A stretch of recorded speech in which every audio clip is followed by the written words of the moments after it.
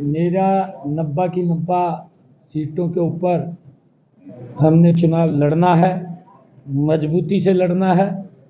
आज हरियाणा प्रदेश के लोगों का जो उनका आशीर्वाद, जो उनका सहयोग मिल रहा है, मैं उसके बल के ऊपर कह सकता हूं कि कांग्रेस का कहीं पर भी नाम निशान दिखाई नहीं देगा। कांग्रेस के टिकट लेने वाले अब सामने नहीं आ रहे हैं। टिकट का फार्म भरवाने के लिए भी एक परिवार से 5-5 लोगों के नाम वो भरवा रहे हैं, ताकि अपनी इज्जत को जनता के सामने बचाया जा सके। क्योंकि कांग्रेस ने, भूपेंद्र हुड्डा ने अपने पिछले 10 सालों में हरियाणा प्रदेश के लोगों की इज्जत को तार तार करने का काम किया था। अब उनका कोई खाना नहीं बचा, दुकान खाली हो चुकी है हुड्डा साहब की, कोई सामान हुड्डा साहब के पास नहीं है। और लोग जब खाली दुकान होती है और बाहर उसमें कुछ झूठ का सामान पड़ा हो तो देखने के लिए लोग चले जाते हैं, कोई एक दो, परंतु देख करके वो भी वापिस हो जाता है। कांग्रेस की हालत बड़ी पतली है। कांग्रेस का को कोई चाह नहीं रहा। कांग्रेस की नीति गलत है, कांग्रेस की नीति गलत है और कांग्रेस का नेतृत्व भी सही नहीं है। मैंने आज जब नेतृत्व की बात है तो मैंने उनसे कुछ सवाल करे हैं कि हमें जिज्ञासा है, देश को स्पष्ट करने का काम करें। बड़े गंभीर हैं, कोई वैसा नहीं बोला मैंने, ये बड़े गंभीर मामले हैं, देश की सुरक्षा के साथ जुड़े हुए हैं, देश के विकास के साथ जुड़े हुए हैं। ये बताने का काम करें, देश की भूमिका क्या रहने वाली है तो स्पष्ट करने का कांग्रेस आपने कहा कि जेपी दलाल उन्होंने जिस तरह से भाषण में कहा कि कांग्रेस की अगर भगवान न करे सरकार आ भी गई तो हम हमारे दिल्ली वाले 6 महीने भी नहीं रहने दें। क्या ये स्पष्ट है कि बीजेपी दूसरी पार्टियों की? नहीं, किसने कहा कि आ रही है? नहीं। चलो, उसने किस मंशा के अंदर, क्या उसका क्वेश्चन होगा, उसने किस भाव के अंदर कहा होगा, वो उससे आप पूछिए। परंतु हरियाणा प्रदेश की जनता ने ये बिल्कुल स्पष्ट कर दिया है कि जब 4 जून को रिजल्ट आएंगे, भारतीय जनता पार्टी की सरकार 4 अक्टूबर को नरेंद्र मोदी जी के नेतृत्व में भारतीय जनता पार्टी की सरकार। प्रधानमंत्री सीएम साहब आपके 4.5 साल सहयोगी रहे दुष्यंत चौटाला, उन्होंने कहा है वो अब कभी बीजेपी के साथ नहीं जाएंगे। और रही बात अगर नंबर्स आए तो इंडिया गठबंधन के बारे में सोच देखिए, क्योंकि हमारा सहयोगी दल कांग्रेस क्योंकि रहा है और हमने, क्योंकि हमारी सीटें पिछली बार कम आई थी और उसके कारण से हमने हरियाणा प्रदेश के लोगों को एक स्पष्ट और मजबूत शासन हमने देना था।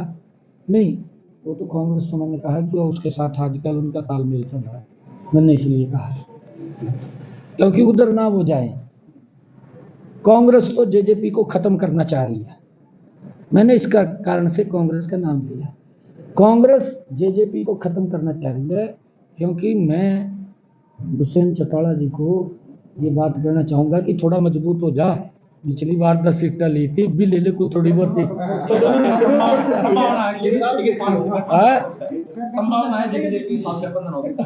अरे नहीं, मैं कह रहा हूँ भारतीय जनता पार्टी की पूर्ण बहुमत की सरकार आ रही है, ये हरियाणा प्रदेश के लोगों ने लिख दिया।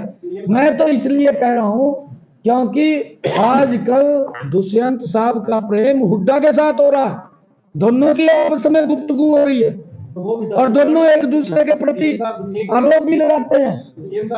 आपके सामने मैं ये गुफ्तगू हाँ, मैंने इसी करके सलाह दी है ना, मैंने सलाह भी तो इसी करके दी है। मैं सलाह क्यों देता? सीएम साहब, कांग्रेस कह रही है कि आप चुनाव की तारीख को आगे बढ़ाने के लिए अगर 2-4 दिन बढ़ भी जाए तो आप क्या करेंगे?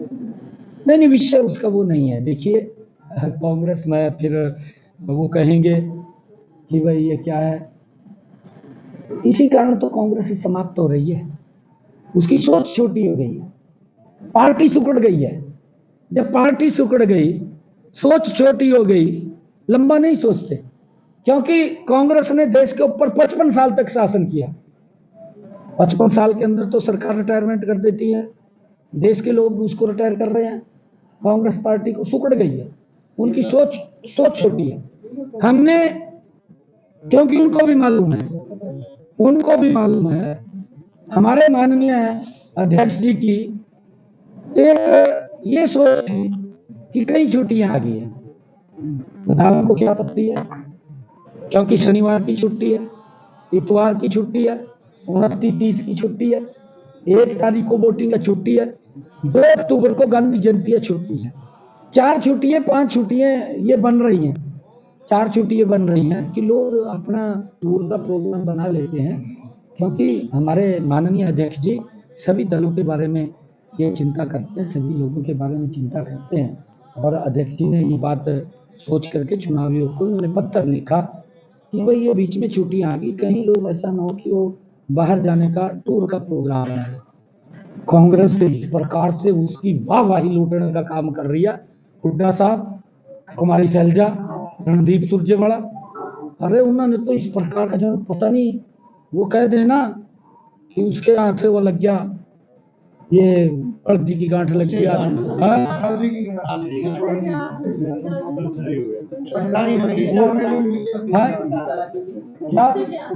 ये इनके हाथ कोई गांठ लग गया, पता नहीं क्या।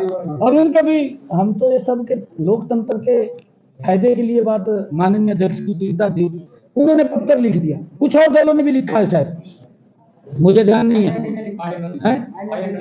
INLD ने लिखा, फिर उन्होंने भी लिखा।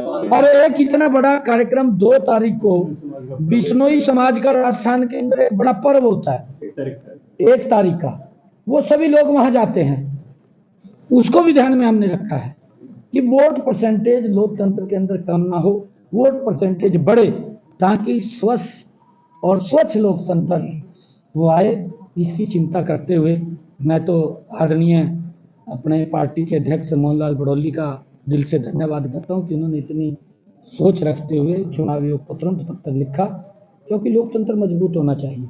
उनकी तो लोकतंत्र में आस्था नहीं है, उनको क्या मतलब है कोई वोट देना दे, उनका तो यह है कुर्सी मिल जाए हमें, उनको ना किसी व्यक्ति से मतलब है, ना देश ना प्रदेश से मतलब है, कुर्सी से मतलब है, कुर्सी को चिपके हुए हैं, भी कुर्सी मिल जाए। कुर्सी तो बहुत दूर से ही गई कांग्रेस से, अब उनके नजदीक नहीं रही है। हरियाणा प्रदेश के लोगों ने तय कर दिया है, हरियाणा प्रदेश के लोग आज जब उस उनके कारनामों को याद करते हैं, जब हरियाणा प्रदेश के लोग रात को मंजे पर लेट करके सोने से पहले आंखें बंद करके जब हरियाणा के लोग सोचते हैं कि इनके कार्यकाल में 4 दिन में गैस का सिलेंडर मिलता था, रोंगटे खड़े हो जाते हैं लोगों के। क्या हालात कांग्रेस ने की थी, बिजली नहीं आती थी। जब उनको ये ध्यान आता है भी कांग्रेस के समय के अंदर दोपहरा काटना मुश्किल हो जाता था, मंजा उठा करके पेड़ को देखते थे, कौन से पेड़ के नीचे दोपहरा काटते, रोंगटे खड़े हो जाते हैं हरियाणा प्रदेश के लोगों के कि ये इस प्रकार का शासन तंत्र इनका रहा, कितना भ्रष्टाचार था, युवाओं के रोंगटे खड़े हो जाते हैं।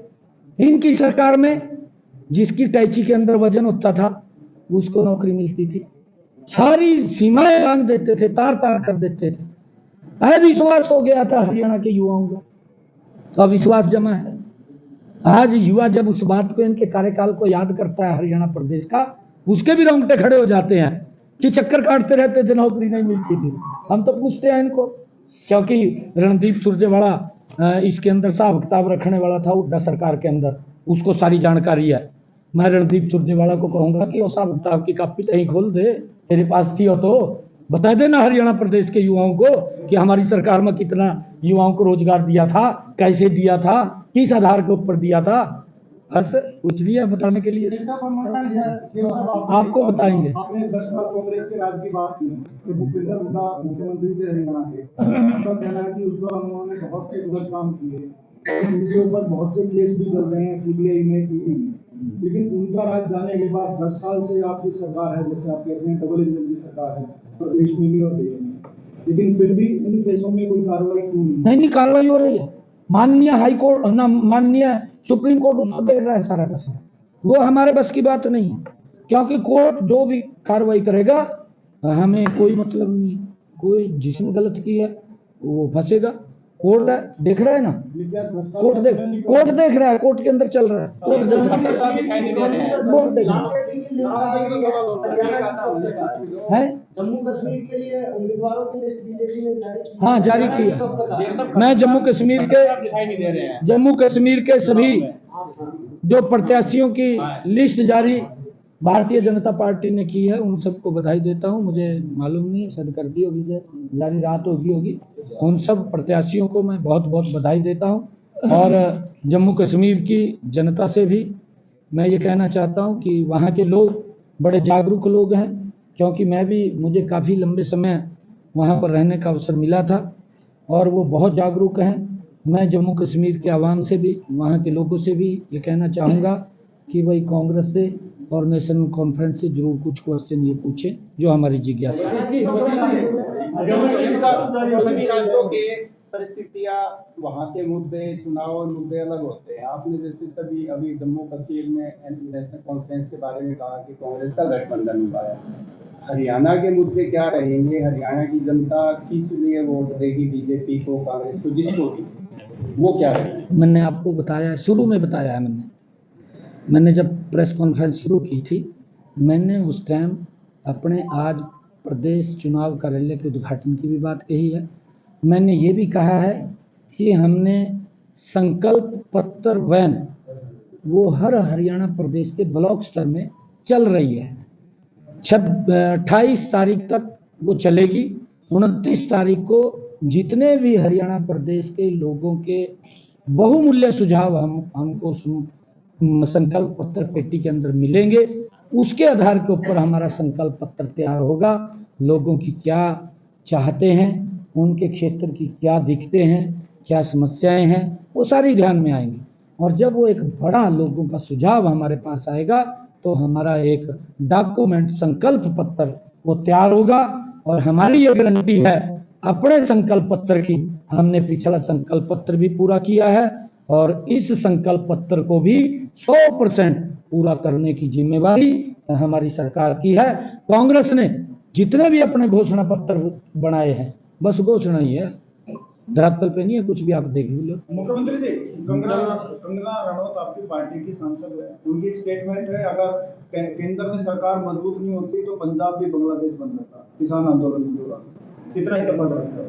देखिए, कंगना रनौत को पूछना चाहिए आपने, आपकी पार्टी की सांसद है। हाँ, वो सांसद हैं, हमारे सांसद बैठे हैं ना साथ में, रामचंद्र जांगड़ा जी हैं, हमारे सांसद हैं ये भी, जो जनप्रतिनिधि है। मैं कह रहा हूँ, आप उनसे क्वेश्चन पूछिए। और आप कहाँ से चुनाव लड़ेंगे उसकी बात, आप कहाँ से चुनाव लड़ेंगे उसकी बात? मेरे पास तो जिम्मेवारी 90 की 90 विधानसभा की है। आप तो एक ही जगह से लड़ोगे? हाँ, लड़ेंगे अगर हमारा पार्लियामेंट्री बोर्ड तय करेगा कि आपने चुनाव लड़ना है तो लड़े। चर्चाएं आ रही है वैसे हमारे जैसे जो भी चर्चाएं हैं, लाडवा से आपके चुनाव लड़ने की चर्चाएं हैं। नहीं, चर्चाएं तो पूरे प्रदेश से है रही है। अच्छा, सीएम साहब, खट्टर साहब दिखाई नहीं दे रहे हैं, खट्टर साहब कोई नाराजगी है? क्यों? आज भी उनका कुरुक्षेत्र में कार्यक्रम है। रोहतक में आए थे, पिछले दिनों बैठक में रहे थे। केंद्र में मंत्री है, पूरे देश का काम देख रहे हैं। नहीं, अरे एक बात और बताना चाहता हूँ, मनोहर लाल जी ने जो काम किए हैं हरियाणा प्रदेश में, आप तो पलट रहे उनको।